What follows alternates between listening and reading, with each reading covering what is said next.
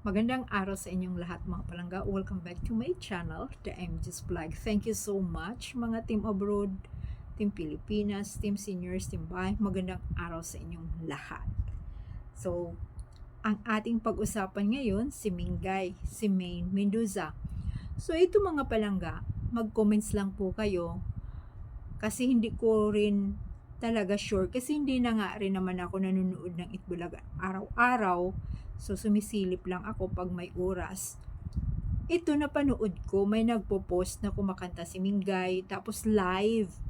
So, correct me if I'm wrong mga palangga, na Saturday yan. So, may mga segments sila, tapos sila may mga ginagawa sila yung mga host.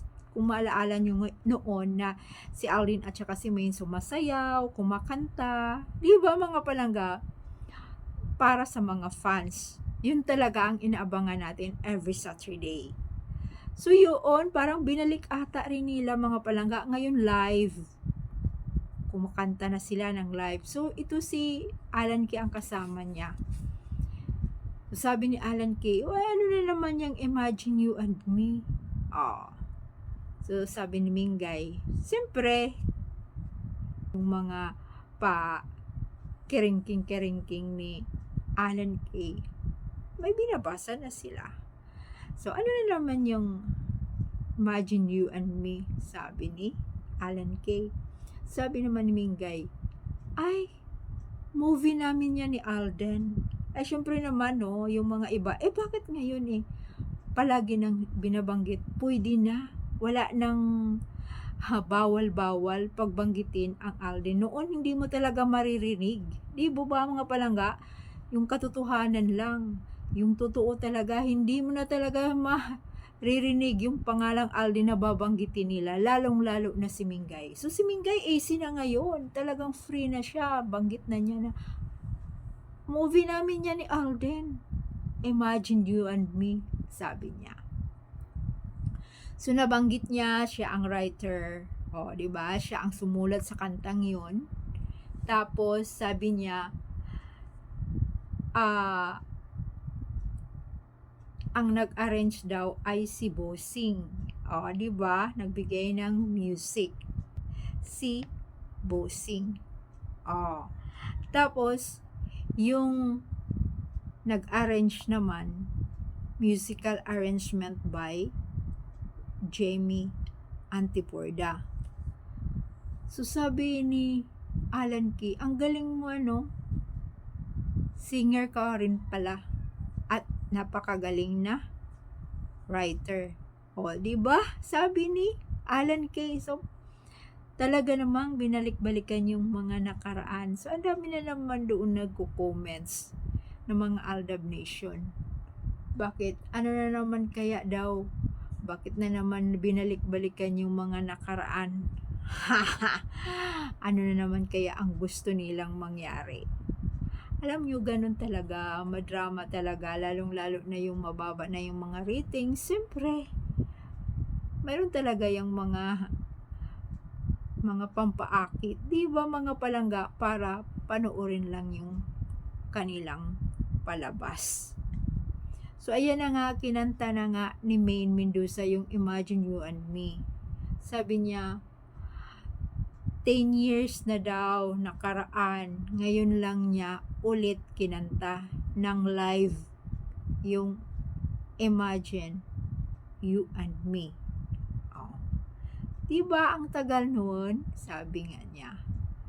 Pero alam nyo, mayroon ding nagko-comments, siya talaga ba ang kumanta noon? At yung iba kasi hindi naniniwala na live ba talaga yung kantang yun?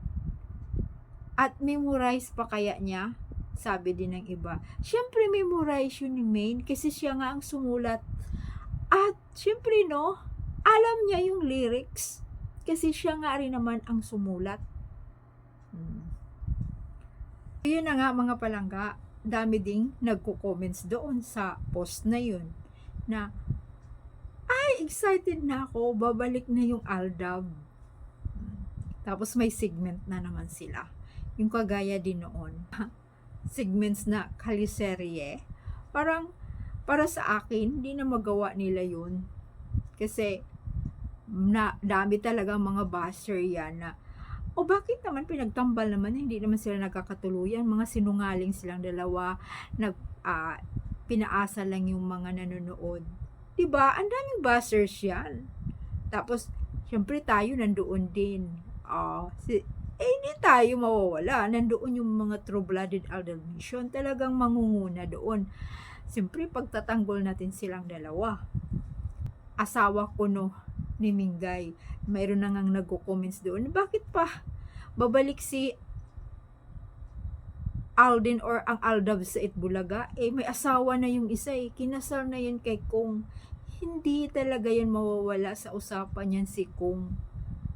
Kasama na yan sa buhay ni Mingay sa showbiz. Diba? Kasi, gumagawa sila ng mga kalokohan. Sa bagay nga, pag isusumbat sa kanila, sasabihin lang naman nila yun, showbiz lang yun, iba yung totoong buhay. Ganun lang yun.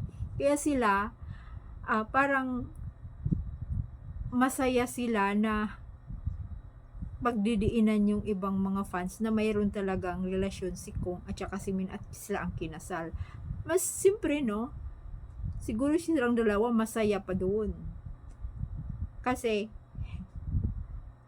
mawawala sila sa eksena. Hindi pag-usapan silang dalawa ni Alden at saka si Ming, si Kong ang gusto ng mga netizens. Diba?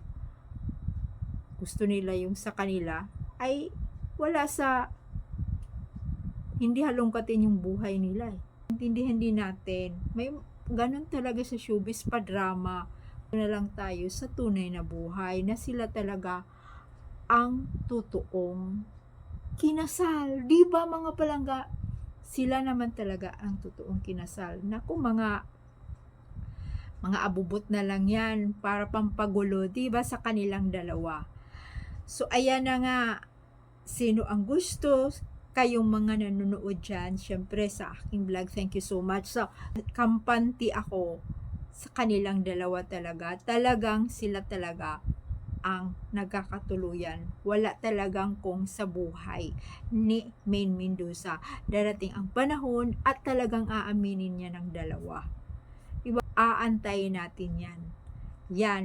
At aaminin nilang dalawa gaya kay Julia at Coco. So, kayo mga palangga, mag-comments lang kayo na kung gusto nyo ibabalik ang Aldab sa Itbulaga. Alam nyo, ang gusto ko, pag ako sa akin, okay na yun, magkita mo lang sa isang segments yung dalawa. Tapos, yung mga palangga, mag-host silang dalawa. Yun, masaya na yung mga Aldab Nation. Pero yun na nga, ang iba din, malabo na dahil may asawa na daw si Maine Mendoza. Thank you so much sa inyong lahat mga palangga. Mag-comments lang kayo. Bye!